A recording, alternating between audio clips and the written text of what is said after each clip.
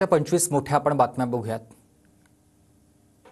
केंद्रीय निवडणूक आयोगाकडून आज जम्मू काश्मीर आणि हरियाणा या दोन्ही राज्यांसाठी निवडणुकीच्या तारखा जाहीर। 18 सप्टेंबर, 25 सप्टेंबर आणि 1 ऑक्टोबरला जम्मू काश्मीरमध्ये मतदान होईल, तर 1 ऑक्टोबरला हरियाणात मतदान होईल। दोन्ही राज्यात 4 ऑक्टोबरला निवडणुकांचे निकाल जाहीर होतील।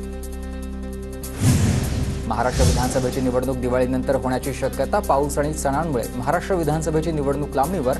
मुख्य आयुक्त राजीव कुमार यांची माहिती।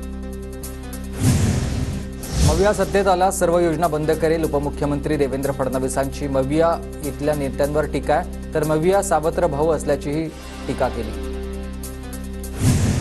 काँग्रेस विदर्भात सर्व 62 जागांवर दावा करणार। विदर्भात काँग्रेसचा सर्व्हेत महाविकास आघाडी काँग्रेसला पसंती अधिक आहे, तर संभाव्य मतदारसंघात काँग्रेसच्या बैठका सुरू। सूत्रांची माहिती।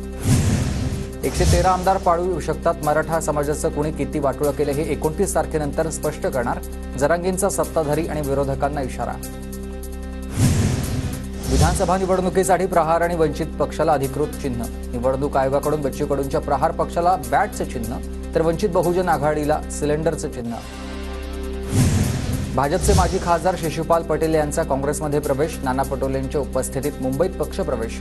2004च्या लोकसभेत शिशुपाल पटेलांनी प्रफुल्ल पटेलांचा पराभव केलेला होता। परभणीच्या गंगाखेडमध्ये मराठा आंदोलकांकडून अमोल कोल्हेंसमोर घोषणाबाजी। मराठा आरक्षणासंदर्भात भूमिका स्पष्ट करा, आंदोलकांची मागणी। तर अमोल कोल्हेंनी मराठा आंदोलकांचं निवेदन स्वीकारलं। पुण्यात उपसभापती नीलम गोऱ्हेंच्या पत्रकार परिषदेच्या ठिकाणी मनोज जरांगे समर्थकांची घोषणाबाजी। मराठा आरक्षणावर तुमची भूमिका काय, आंदोलकांचं नीलम गोऱ्हे यांना सवाल। बाळासाहेब थोरातांची काँग्रेस वर्किंग कमिटीच्या सदस्यपदी नियुक्ती, तर आता नसीम खान काँग्रेस वर्किंग कमिटीमध्ये विशेष निमंत्रित म्हणून नियुक्त।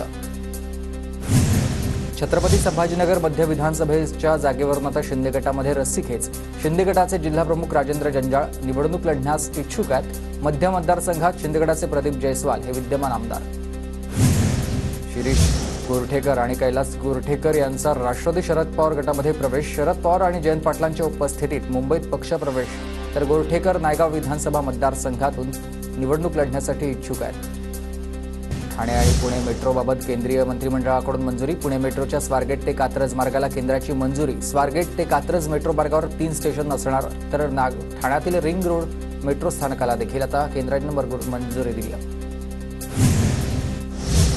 कोलकाता प्रशिक्षणार्थी डॉक्टर हत्येच्या निषेधार्थ रॅलीमध्ये मुख्यमंत्री ममता बॅनर्जी यांनी सहभाग नोंदवला।